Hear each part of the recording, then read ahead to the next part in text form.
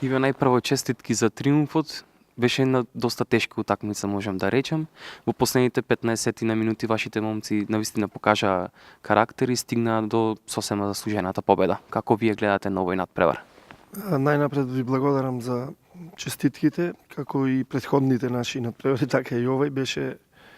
во голема една неизвестност, но на крајот сепак се битни бодовите и на крајот заслужено победивме во еден надпревар каде што Пролет покажа дека е една искусна суперлигашка екипа која што веќе долго време настапува во Суперлигата и не е случајно им е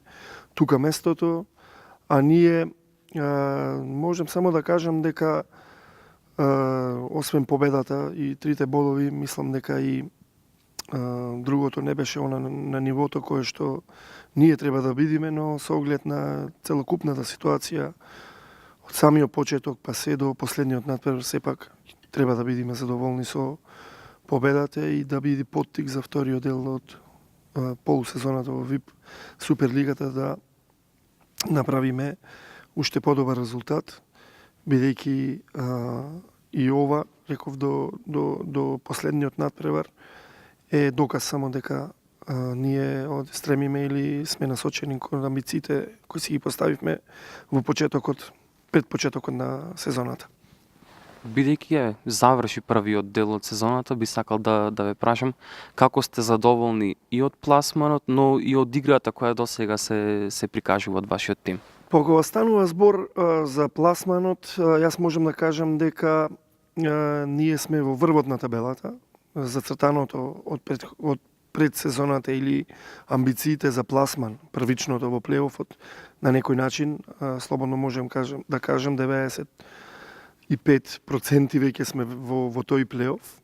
Ние имаме доволно бодови да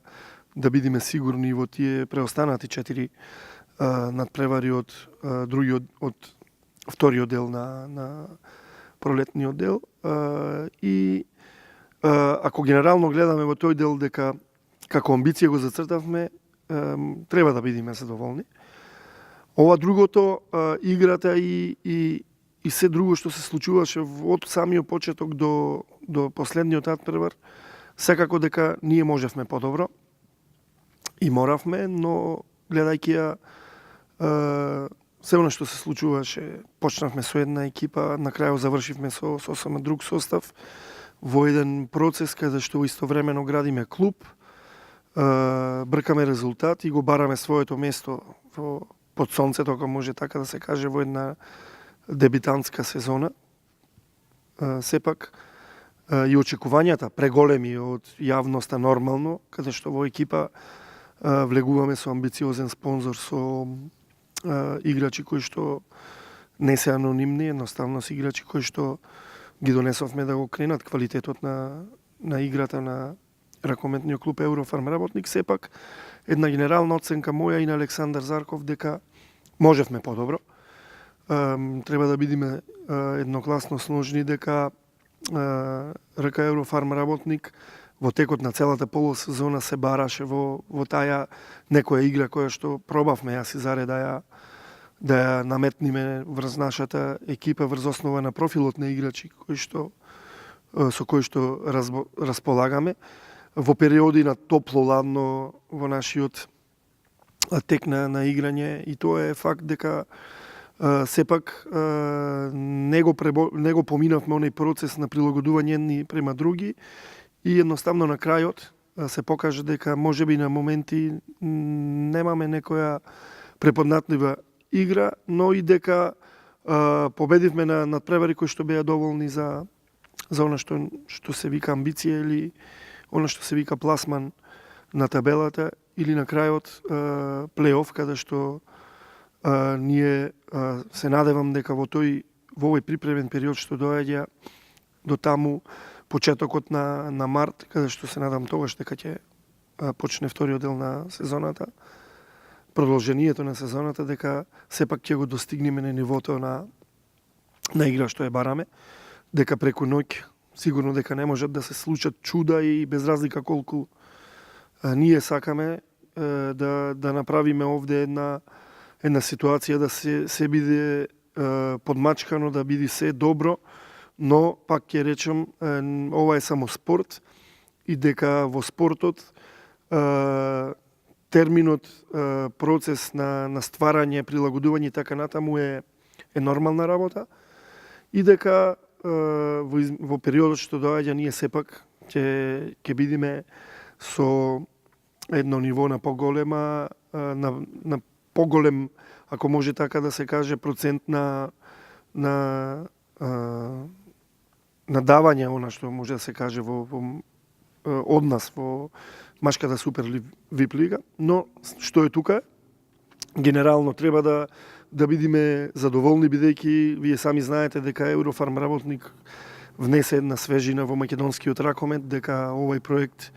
го крена нивото на квалитет, дека ја вративме публиката во Битола, што може би е едно на најбитното. Прекрасно е да се игра пред 5.000 публика. Двата клуба покажаа зошто Битола е најракометниот град во Македонија и тоа се некои придобивки, и претходно реков, останатото стабилност на клубот, игра како препознатлива што треба да градиме, ќе дојде сама по себе во периодот кој што доаѓа. Ќе се сложам со две работи, дефинитивно внесовте на свежина во македонскиот ракомет, но и очекувањата од вас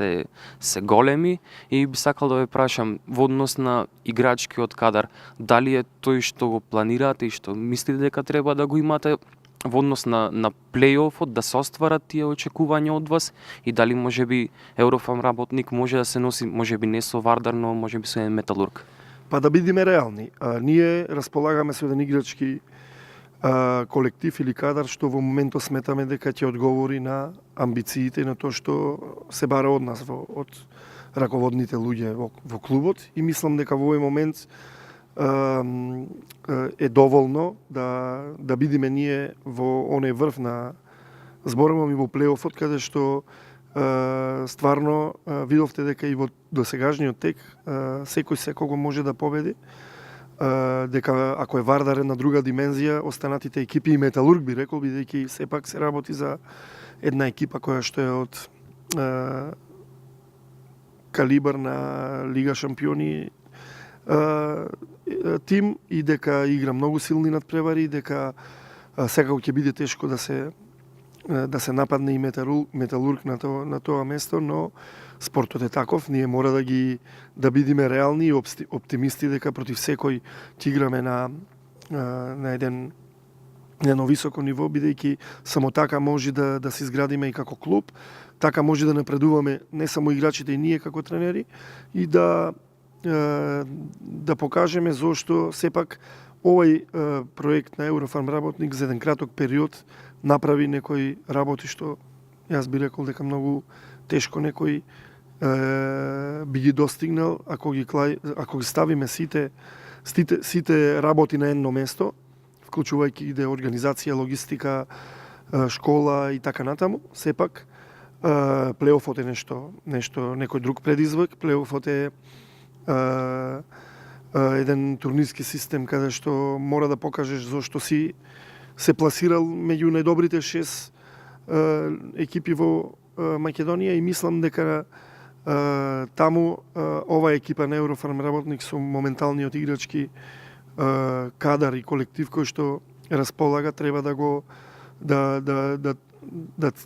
цели на највисок пласман. Дали тоа ќе биде едно од првите 3 места или ова, тоа не може никој со сигурност да каже, но мислам дека ние како тренери, како клуб, генерално и играчите ќе да го дадат својот максимум и во својата прва дебитантска сезона ќе го направи резултатот кој што верувам дека и понатаму ќе биде поттик за работа во идните години што доаѓаат.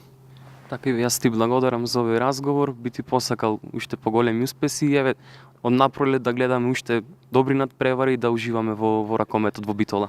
Ви благодарам. Телевизија Мега сигурно дека е еден од медиумите кои што целосно не прати. Јас можам да кажам дека сме искрено вака благодарни, бидејќи имаме стварно добра соработка и во иднина ние